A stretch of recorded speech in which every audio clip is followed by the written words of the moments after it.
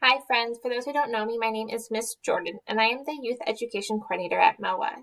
Thank you so much for joining us for this week's Mini Masters at Home program. In keeping with our traditional format, today we're going to start off with an art discussion, followed by story time, and conclude with an art project.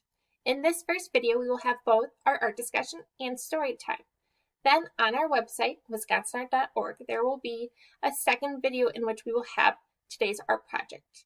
In addition, instead of having our traditional PDF file with all of today's supplies, we're going to have an activity guide that goes along with our current Chalk the State. So we have some other alternative prompts for you guys to look at.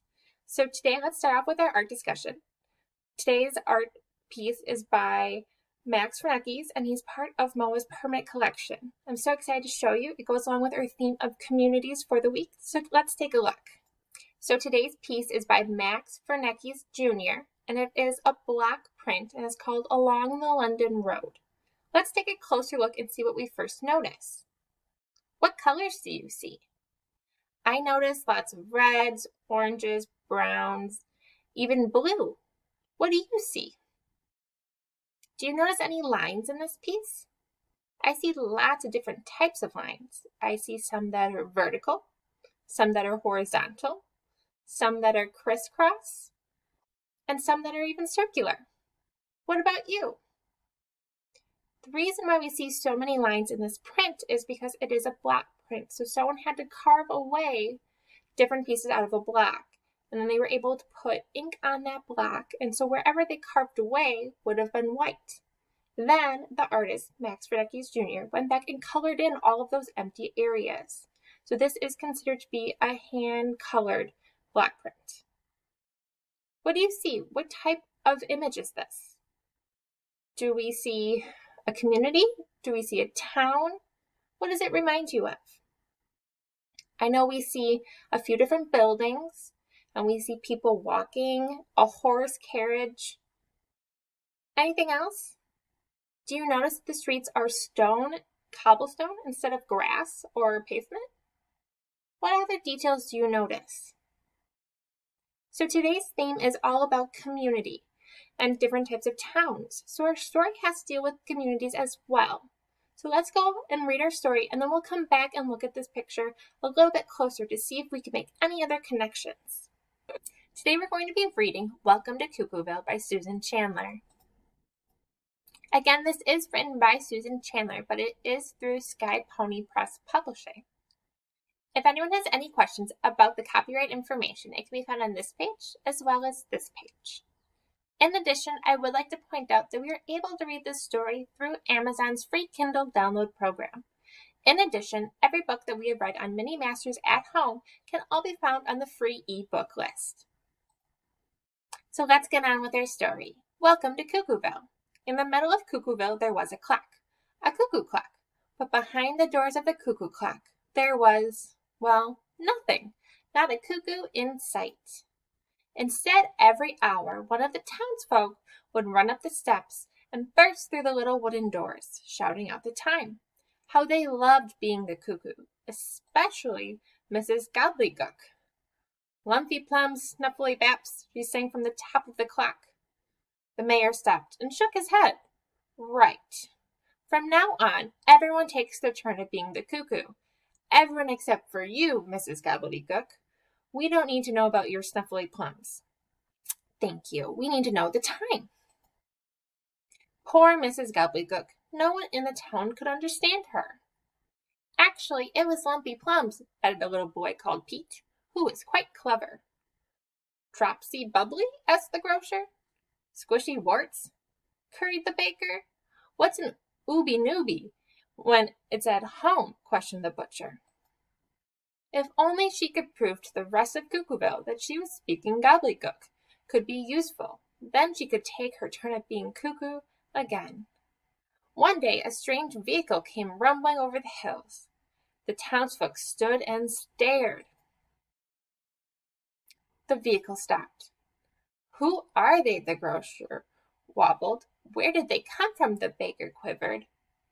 I haven't got enough sausages, the butcher shuddered. What do they want? The mayor whimpered, starting to panic. The doors opened. The steps came down. "Visitors!" cried the grocer, tossing some tomatoes. "Strangers!" yelled the baker, lobbing buns in the air. "Aliens!" boomed the butcher, chuckling his chops in a fluster. The townsfolk panicked and ran in all directions until they got tangled together and landed in a hysterical heap. The stranger spoke. The townsfolk wiggled. The mayor popped up. "What?" stuttered the mayor. "Hump Honky Nubs," the stranger said. "He sounds like Mrs. Gobbledygook," Pete piped up, but no one seemed to hear him. But just then Mrs. Gobbledygook appeared. She marched right past the mayor and greeted the strangers with a smile. "Nubbly crumbs," she said politely. "Nubbly crumbs," said the strangers. "Fluffy snobs, egg dropsies, wink," pointed Mrs. Gobbledygook. "She's telling them to get lost," hissed the grocer. "She's giving them what for?" barked the baker. "She wants a big sloppy kiss," whispered the butcher. "She's giving them directions," said Pete loudly. Ah, breathed the townsfolk with relief. "Directions." Then he turned to Miss Gobbledygook and whispered something. "Directions," said the mayor, realizing that all of the panic had been for nothing. Actually, he felt a little embarrassed. Mrs. Gobbledygook nodded her head and then walked towards the clock. "Poppity pop Cuckooville," Mrs. Gobbledygook shouted from the top of the clock. "Which means," said the mayor, "welcome to Cuckooville." And with that, the mayor invited the visitors to join them for a jibble, which to you and me is, of course, a party. You are now leaving Cuckooville, twinned with Wobbleton Gobblesville.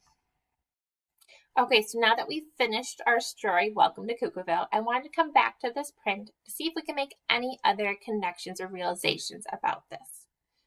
Do you think maybe this village had their own language? Do you think it was a made-up language, or do you think it was English? What makes your community or your town different from maybe Cuckooville, or maybe the town that's in this painting? What other connections can you make? Do you think that there is a town cuckoo clock in the middle of this village? Do you think this is an older village or a newer village?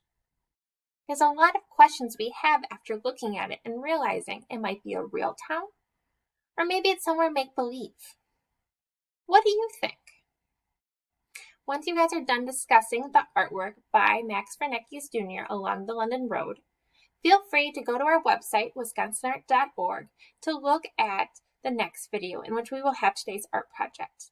Today's art project will be a little bit different because we are gearing up for this weekend's Chalk the State, which is a festival that you can do in your own yard or in your own community to celebrate the positivity of chalk art. So instead of having a supply list, today we're just using chalk, and the supply list will instead be an activity guide to give you different ideas and ways to make chalk. So when you guys are ready, make sure you go to the video and watch what different art things I will be doing with chalk today. Thank you.